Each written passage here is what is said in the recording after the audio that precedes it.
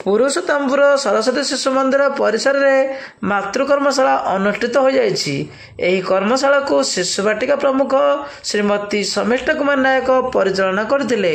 ଏହି କର୍ମଶାଳାରେ ରାମହରିନଗର ଶିଶୁ ବିଦ୍ୟା ମନ୍ଦିରର ଶିଶୁ ବାଟିକା ପ୍ରମୁଖ ଶ୍ରୀଯୁକ୍ତ ରାମପ୍ରସାଦ ମହାନ୍ତି ଯୋଗ ଦେଇଥିଲେ। ପରିଚାଳନା ସମିତିର ଯୁଗ୍ମ ସମ୍ପାଦକ ଶ୍ରୀଯୁକ୍ତ ଅକ୍ଷୟ କୁମାର ବେହେରା ପ୍ରଦୀପ ପ୍ରଜ୍ୱଳନ କରିଥିଲେ। ପୁରୁଷୋତ୍ତମପୁର କନ୍ୟା କ୍ଲଷ୍ଟରର ସିଆରସିସି ଶ୍ରୀଯୁକ୍ତ ହେମନ୍ତ କୁମାର ବେହେରା ଓ ବିଦ୍ୟାଳୟର ପ୍ରଧାନାଚାର୍ଯ୍ୟ ଶ୍ରୀଯୁକ୍ତ ନିରଞ୍ଜନ ଡାକୁଆ ଉପସ୍ଥିତ ଥିଲେ। ଏହି କର୍ମଶାଳାରେ ଶ୍ରୀମତୀ କବିତା କୁମାରୀ ସାହୁ ଅତିଥିଙ୍କ ପରିଚୟ ପ୍ରଦାନ କରିଥିଲେ।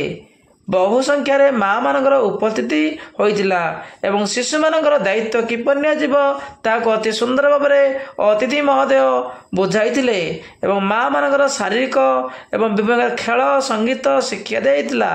ବିଭିନ୍ନ ପ୍ରକାର ପ୍ରଦର୍ଶନୀ ଆୟୋଜନ କରାଯାଇଥିଲା।